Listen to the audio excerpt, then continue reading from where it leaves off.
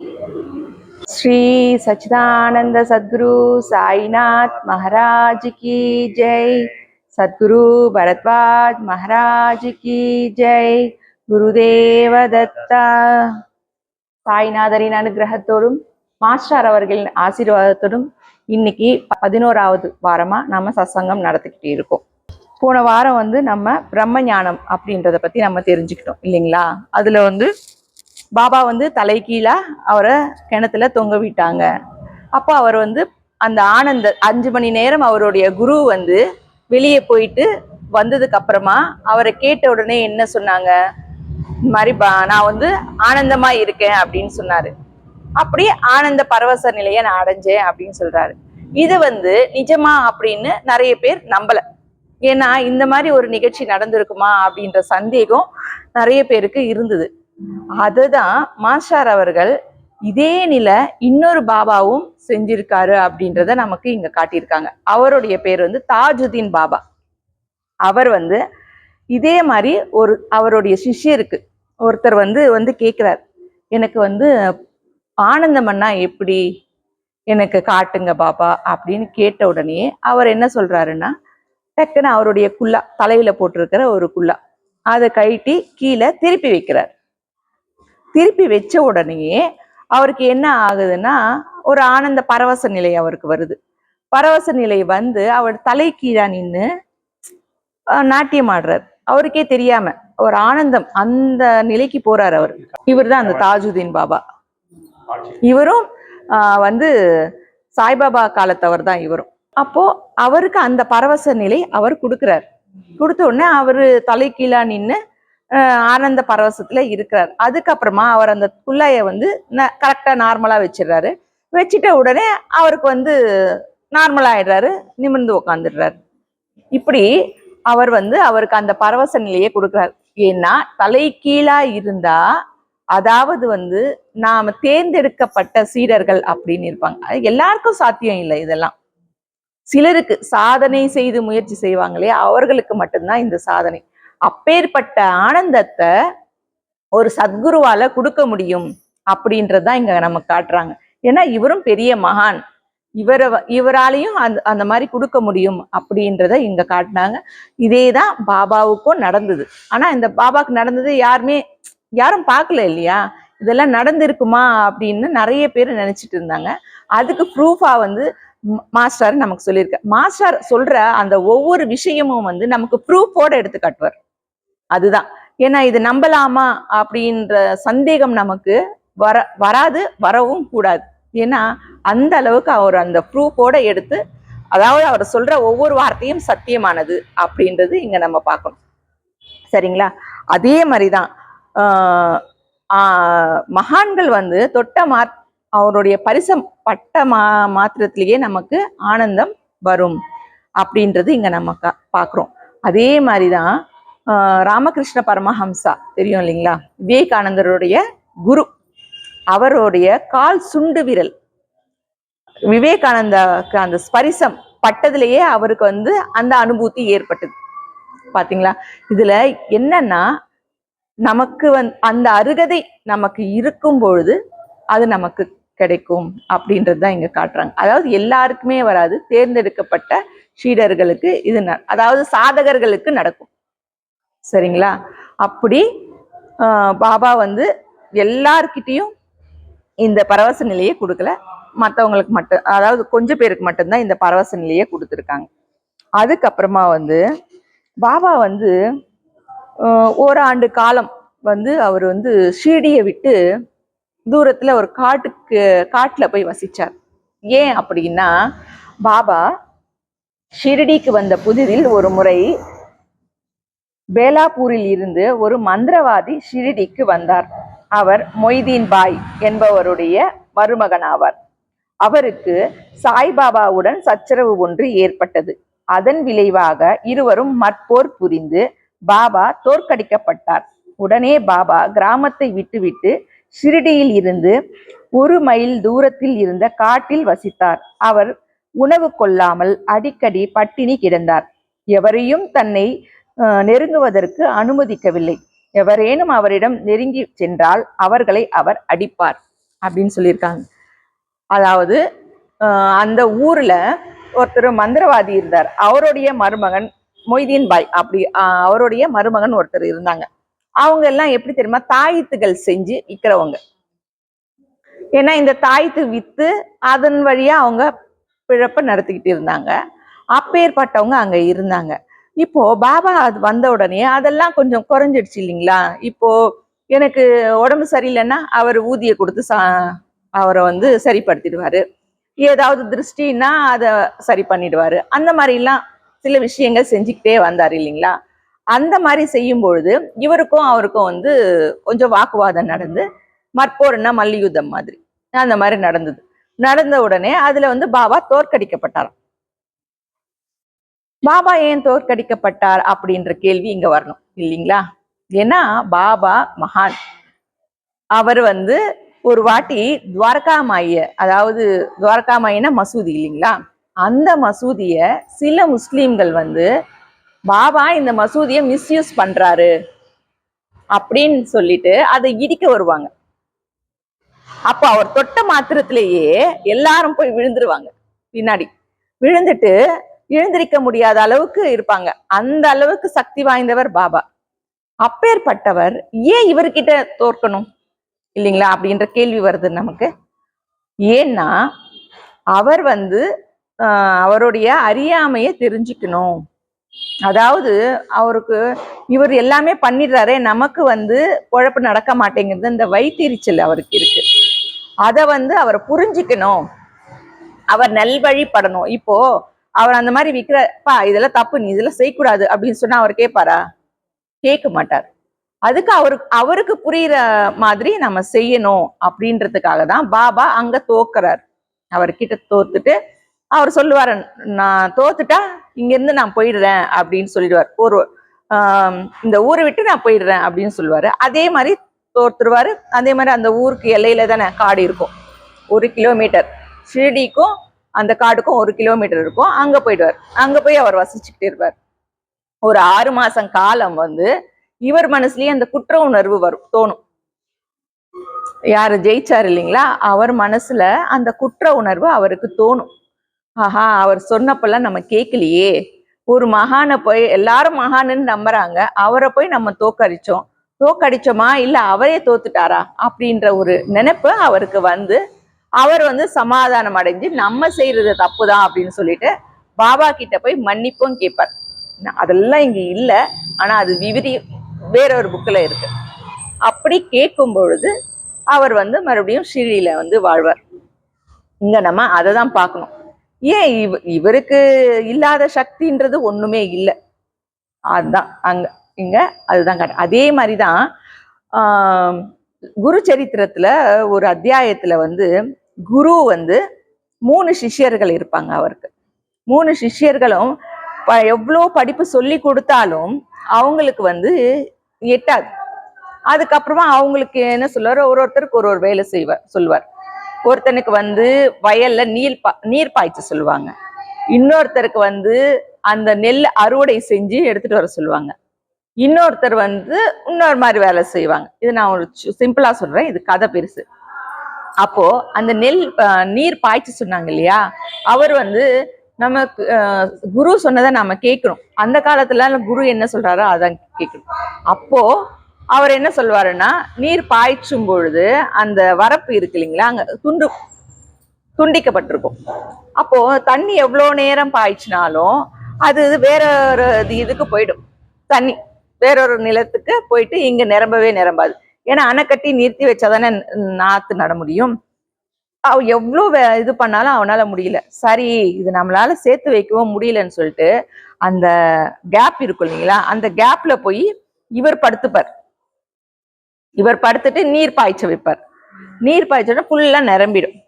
அந்த நீர்லயே இருந்ததால இவருக்கு ஜலதோஷம் வந்துடும்.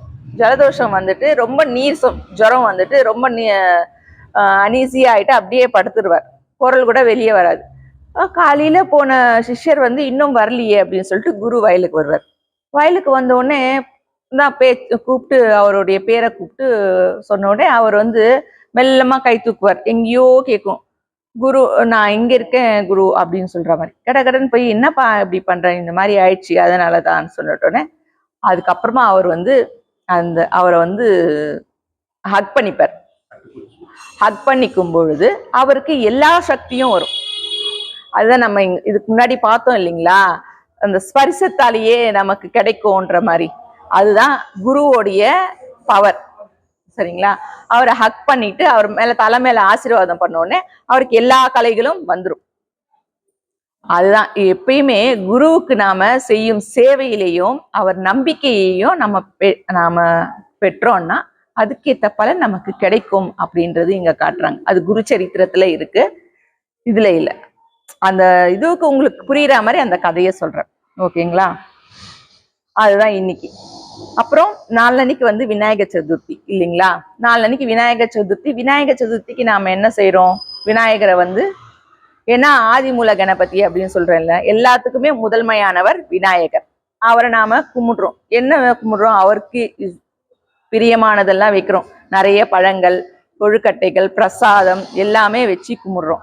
ஆனா அவருக்கு என்ன ரொம்ப முக்கியம், அவருக்கு எது பிடிச்சிருக்கு அப்படின்னு நம்ம பார்த்தோம்னா அவருக்கு பிடித்த மாதிரி நாம இருக்கணும். அதுதான் முக்கியம் இல்லைங்களா? இப்போ விநாயகர் வந்து உருவம் எப்படி இருக்கும்? மேல பெரிய தலை, அதுக்கப்புறம் கீழே வந்து பெரிய தொப்பை அப்படி இருக்கும். அப்பேற்பட்டவரை வந்து நாம தெய்வமா வணங்குறோம் இல்லைங்களா? அதே வேற யாருக்காவது இருந்தா நாம வணங்குவோமா? அசிங்கமா இருக்கு அப்படின்னு சொல்லிட்டு அவங்கள வந்து வெறுப்போம் இல்லைங்களா? அதுக்காக தான் விநாயகர் அப்படி இருக்கார். அப்பேற்பட்டவர்களை நாம வந்து வெறுக்க கூடாது. அதாவது அங்க வைக்கல்யம் இருக்கிறவங்க, அதாவது வந்து ஊனம், அதாவது எப்படி இருப்பாங்க, தலை சின்னதா இருக்கும், உடம்பு பெருசா இருக்கும், இல்லைன்னா உடம்பு மெலீஸா இருக்கும், தலை பெருசா இருக்கும். அப்பேற்பட்டவங்களை நாம எப்படி பார்ப்போம்? விந்தையா பார்ப்போம். அவங்கள பார்த்துட்டு கேலி பண்ணுவோம், சிரிப்போம். அந்த மாதிரி எல்லாம் செய்யக்கூடாதுன்றதுக்காக தான் விநாயகரை அப்படி வடிவமைச்சு இருக்காங்க. சரிங்களா? அப்படி முன்னோர் காலத்துல அந்த மாதிரி வடிவமைச்சு, ஏன்னா இந்த பேச்செல்லாம் வரக்கூடாது, இப்பேற்பட்டவர்களை நாம அதாவது ஹேளனமா பார்க்க கூடாது அப்படின்றதுக்காக அது வடிவமைச்சதுதான். வேற ஒண்ணு, கடவுள் ஒருத்தர் தான், நாம தான் எல்லாமே நாம தான் உருவாக்கினது. கிருஷ்ணர், ராமர் அப்படின்னு அதாவது விநாயகர், முருகர் அப்படின்னு சொல்லிட்டு உருவாக்குனது நாம தான். சரிங்களா? அதுக்காக அந்த இது அவருக்கு ஏன் பெரிய காதுகள் கொடுத்துருக்காங்க அப்படின்னா, விநாயகருக்கு பெரிய காதுகள் இருக்குமா? அந்த பெரிய காதுகள் வழியா நிறைய நல்லது கேட்கணும் அப்படின்றதுக்காக தான் அவ்வளோ பெரிய காதுகள் கொடுத்துருக்காங்க. அதே மாதிரி அவருக்கு சின்னோண்டு கண்ணு இருக்கும் இல்லைங்களா? அந்த சின்ன கண்ணு ஏன்னா நம்ம கண்ணு வழியாதான் பார்த்துட்டு நிறைய ஆசைகள் நமக்கு தோணுது இல்லைங்களா? பணத்தை பார்த்தா அது நமக்கு வேணும்னு தோணுது. அதுக்காக தான் அவருக்கு சின்ன கண்கள் இருக்கு. அவருக்கு தந்தம் இருக்கு இல்லைங்களா? 2 தந்தம் இருந்தா அவருக்கு அழகா இருக்கும் இல்லைங்களா? ஆனா ஒண்ணு உடைஞ்சிருக்கு. ஏன் உடைஞ்சிருக்கு அப்படின்னு சொன்னா, அதால வந்து அவர் மகாபாரதம் எழுதினாரு அப்படின்னு நம்ம எல்லாருக்குமே தெரியும் இல்லைங்களா? ஏன் மகாபாரதம்? ஏன்னா வியாச முனிவர் ஸ்டார்ட் பண்ணாருன்னா அவர் வந்து நிக்க மாட்டார், போயிட்டே இருக்கும். அதனால மற்றவங்களுக்கு உதவணும் அப்படின்ற எண்ணத்தோட, என்னுடைய ஒண்ணு உடைஞ்சாலும் பரவாயில்ல, எனக்கு அசிங்கமா இருந்தாலும் பரவாயில்ல, 4 பேருக்கு இது உதவும் இல்லைங்களா? இந்த மகாபாரதம் படிக்கிறதால 4 பேருக்கு உதவும். அந்த ஒரு நினைப்புலதான் அவர் அந்த தந்தத்தை உடைச்சு அதால எழுதினார். இது மாதிரி நாமளும் 4 பேருக்கு உதவ வேணும் அப்படின்றதுதான் நம்ம பார்க்கணும். இங்க அசிங்கம் எல்லாம் நம்ம பார்க்க கூடாது. அதாவது ஒருத்தரை பார்த்து கிண்டல் செய்யறதோ, அவங்க உடம்ப வச்சோ, அதாவது இப்ப சொல்லுவாங்களா பாடி ஷேமிங், அதெல்லாம் பண்ணக்கூடாது அப்படின்றதுக்காக தான் சொல்றாங்க. ஸோ இதெல்லாம் நாம நினைவுல வச்சுக்கிட்டு நாம விநாயகர் சதுர்த்திய நாம கும்பிடணும். அதுக்காக தான் விநாயகர் சதுர்த்தி எதற்கு கும்பிடணும்ன்றத நாம முதல்ல தெரிஞ்சுக்கணும். சரிங்களா? அதுக்கப்புறம் பாபா வந்து ஷீரடியில ஆரம்ப நாட்கள்ல அவர் எப்படி இருந்தாரு அப்படின்னு சொன்னா, பாபா ஷீரடியில் வசித்த ஆரம்ப நாட்களில் தமது தலைமுடியை நீளமாக வளர்த்தார். அவர் ஒரு பொழுதும் முடியை கலைத்ததே இல்லை. ஒரு விளையாட்டு வீரனை போல உடை அணிவார். அவர் ஒரு வெள்ளை தலைப்பாக்கையும் இடுப்பில் வேஷ்டியையும் மேல் சட்டையையும் அணிவது வழக்கம்.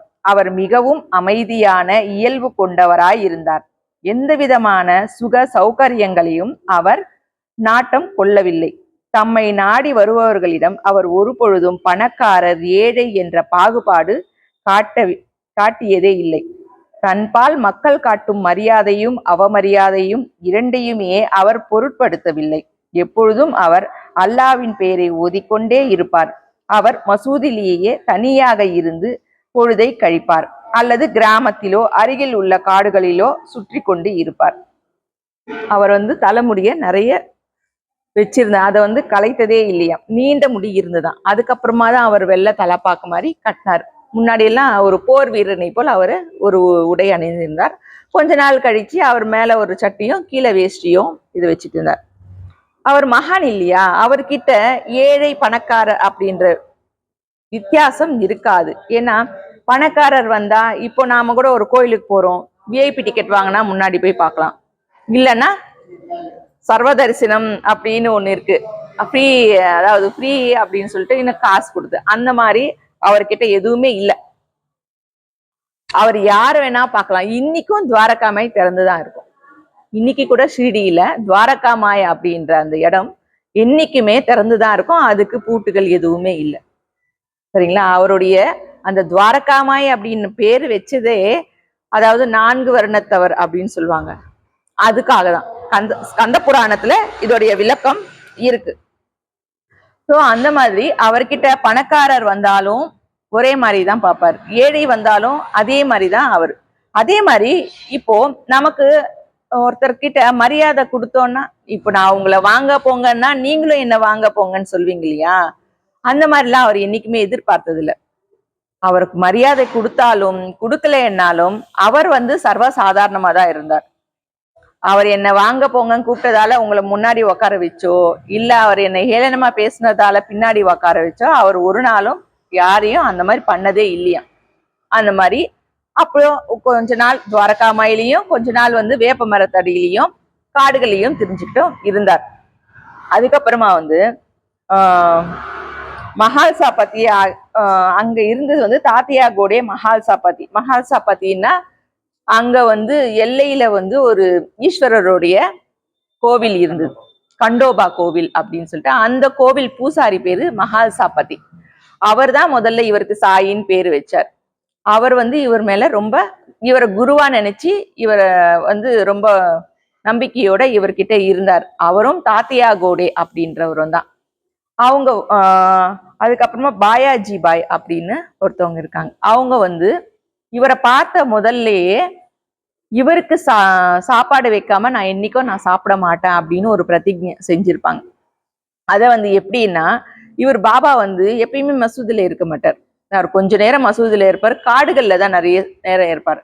ஆனாலும் அவங்க அவருக்கு உணவு கொடுக்காம நாம முதல்ல சாப்பிடக்கூடாதுன்றதுக்காக அந்த உணவு தலைமையில வச்சுக்கிட்டு காடா எவ்வளோ மயிலா இருந்தாலும் திரிவாங்களாம். கல்லு மேடு முள்ளுன்னு கூட பார்க்காம பாபாவை கண்டுபிடிச்சு அவருக்கு கொடுத்துட்டு தான் இவங்க சாப்பிடுவாங்களாம். இப்படி ரொம்ப நாள் நடந்துகிட்டு இருந்தது. ஒரு கணத்துல அவருக்கே அவங்க மேல பரிதாபம் வந்ததோ என்னமோ தெரியல. சரி, நாம இந்த மாதிரி பண்ணக்கூடாதுன்னு சொல்லிட்டு மசூதிலேயே இருக்க ஆரம்பிச்சிட்டார். இவங்களும் மசூதிக்கே கொண்டு போய் அவங்களுக்கு சாப்பாடு கொடுக்க ஆரம்பிச்சிட்டாங்க. அதுக்கப்புறமா அவர் பக்கத்துல ஒரு நிலம் இருந்தது. அந்த நிலத்துல இவர் ரஹதாவுக்கும் நிம்கான், அதாவது ரஹதா ஷிரில இருந்து 2 மைல் தூரம், அதே மாதிரி நிம்கான் ரஹதா, இந்த 2 ஊர் தவிர அவர் எங்கேயுமே வெளியே போனதில்லை. எப்படி போனாலும் சாயந்தரத்துக்குள்ள சேர்ந்துருவார் ஷிரிடிக்கு. அந்த மாதிரி போறப்போ அங்க இருந்து சில பூக்களுடைய விதைகள் எடுத்துட்டு அங்க ஒரு சின்ன மலர் தோட்டம், ஒரு சின்ன பூங்கா மாதிரி, அவர் சின்ன ஒரு தோட்டம் மாதிரி போட்டு அதை அவரு தண்ணி ஊத்தி வளர்த்தார். எப்படின்னா, வாமன் தாத்தையா அப்படின்றவர் கிட்ட 2 சுடாத மண்பானைகள் அப்படின்னா சுட்டாதான் தண்ணி நிற்கும் இல்லைங்களா, சுடாத மண்பானைகள் டெய்லி 2 வாங்குவாராம். பாபாவுக்கு அவர் கொடுத்துட்டு போவார். கொடுத்துட்டு தண்ணி எடுத்து எல்லா செடிகளுக்கும் ஊத்திட்டு சாயந்தரம் ஆன உடனே அந்த வேப்ப மரத்தடியில அவர் வச்ச உடனே அப்பதான் அந்த குடங்கள் உடையுமா. சரிங்களா? அதுக்கப்புறம் பக்கத்து நாள் மறுபடியும் 2 குடங்கள், அதாவது மண் குடங்கள் கொடுப்பாங்க. இப்படிதான் அவர் தண்ணியை ஊத்தி ஊத்தி அந்த இதுவெல்லாம் வளர்த்தார். இங்க தண்ணியை ஊத்தி அந்த செடிகளை வளர்க்கறது கூட அவர் வந்து அந்த விதைகள், அதாவது ஞானத்தின் விதைகள் அப்படின்னு சொல்லுவாங்க. நம்மளுடைய ஞானத்தை வளர்க்கறதுக்கு தான், நம்ம கிட்ட ஒரு ஆன்மீக வளர்ச்சி இருக்கணும்ன்றதுக்காக தான் பாபா வந்து அங்க மலர் தோட்டம் ஒண்ணு வச்சாரு அப்படின்னு சொல்லுவார். ஏன்னா அவர் எல்லாமே வந்து ஒரு சிம்பாலிக்கா இனி வரப்போற காலங்கள்ல இது ஒரு நந்தவனமா இருக்கும் அப்படின்னு அவருக்கு தெரியும். நமக்கு தெரியாது, ஆனா அவருக்கு தெரியும்.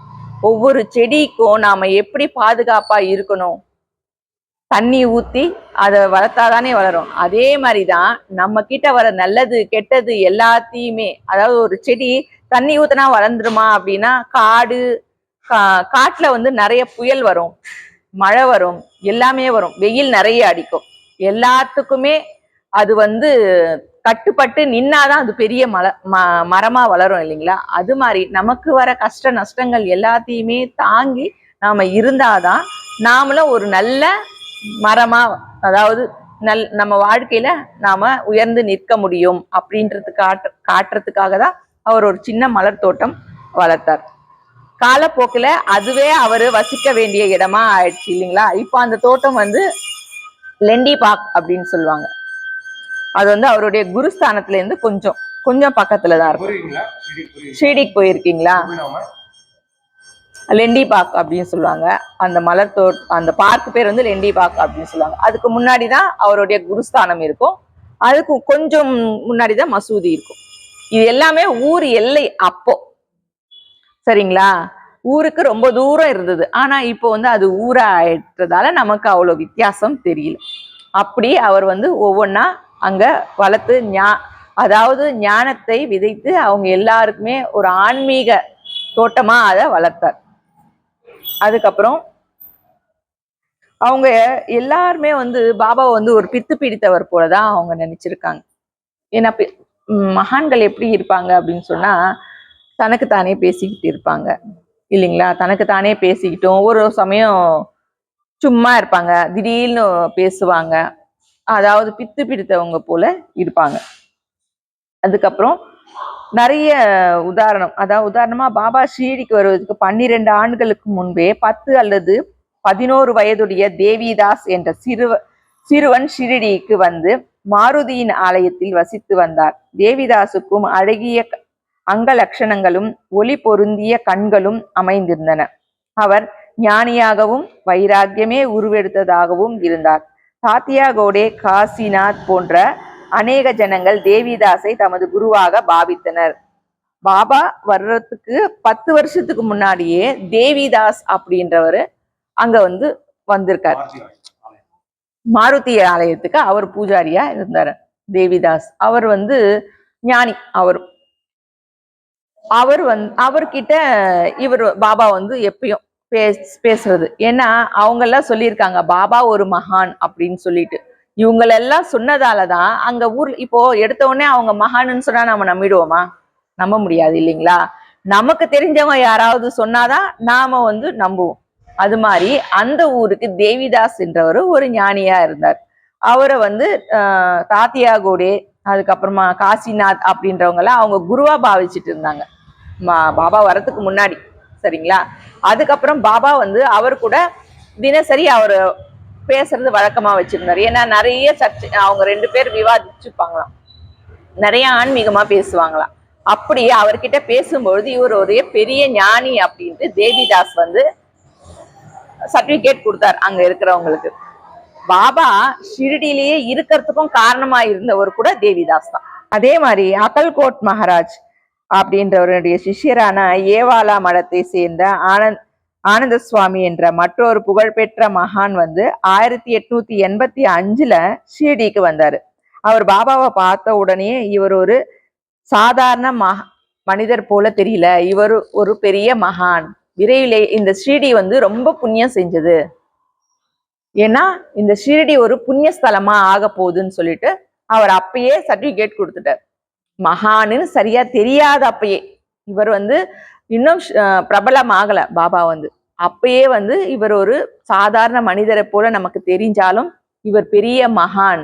இந்த ஷிரடி வந்து ரொம்ப புண்ணியம் பெற்ற ஸ்தலம், அதனால வந்து இது ஒரு புண்ணிய ஸ்தலமா மாறப்போகுது அப்படின்னு சொல்லிட்டு அவரும் சொன்னார். அப்படி ஒரு மகான் அங்க வரத்துக்கு முன்னாடியே எல்லாருக்குமே தெரிஞ்சிடும். அதாவது அவர் அங்க வரணும் அப்படின்றது அவருக்கு முன்னாடியே தெரியும். ஷிரடிக்கு தான் வரணும். இப்ப அந்த மகான் வந்து வேற எங்கேயாவது போயிருக்கலாம் இல்லையா பாபா, ஏன் ஷிரடிக்கு தான் வரணும் அப்படின்றதுனா அவர் குரு அங்கதான் இருந்திருக்கார். அவங்களுக்கு வந்து ஜென்மங்கள் அப்படின்றது கிடையாது இல்லைங்களா? நமக்கு இருக்கும். இப்போ நாம வந்து இந்த ஜென்மம் எடுத்திருக்கோம். போன ஜென்மத்துல நான் எப்படி இருந்தேன்னு எனக்கு தெரியாது, மறந்துடுவேன் இல்லையா? அடுத்த ஜென்மம் என்னமா எடுக்க போறேன்றது நமக்கு தெரியாது. ஆனா மகான்களுக்கு அதெல்லாம் தெரியும். அவங்களுக்கு அதான் அவருக்கு உங்களுக்கு என்ன வயது அப்படின்னு சொன்னா லட்சக்கணக்கான வருடங்கள் அப்படின்னு சொல்லுவார் இல்லையா? அது எப்படின்னா அவருடைய ஆத்மாவுக்கு சாவு இல்லை இல்லைங்களா, அழிவு இல்லை. அந்த ஆத்மா வந்து ஒவ்வொரு உடல் எடுத்து வந்துகிட்டே இருக்கு. இப்போ நமக்கு அந்த காலத்துல வந்து இந்து முஸ்லீம் பாய் பாய் இருக்கணும் அப்படின்றதுக்காக தான் பாபா வந்து அவதரிச்சார் இல்லைங்களா? அதனால அவருக்கு தெரியும் முன்னாடி நாம எப்படி இருந்தோம், இன்னைக்கு எந்த உடல்ல இருக்கிறோம். அதாவது ஒரு உடல்ல அவர் கட்டுண்டு என்னைக்குமே இருந்தது இல்லை. ஆத்மா வந்து நமக்கு தெரியாது, ஆனா அவங்களுக்கு தெரிஞ்சுக்கிட்டே இருக்கும். அதுதான் முன்ஜென்மத்துடைய அந்த ஞானமும் அவங்களுக்கு இருக்கும். அதனால வந்து ஷிரடிக்கு அவர் வரணும் அப்படின்றது என்னைக்கோ அவருக்கு எழுதி வச்சதா ஒண்ணா இருக்கும். இதோட இந்த சத்சங்கத்தை நிறுத்திக்கலாம். ஸ்வஸ்தி.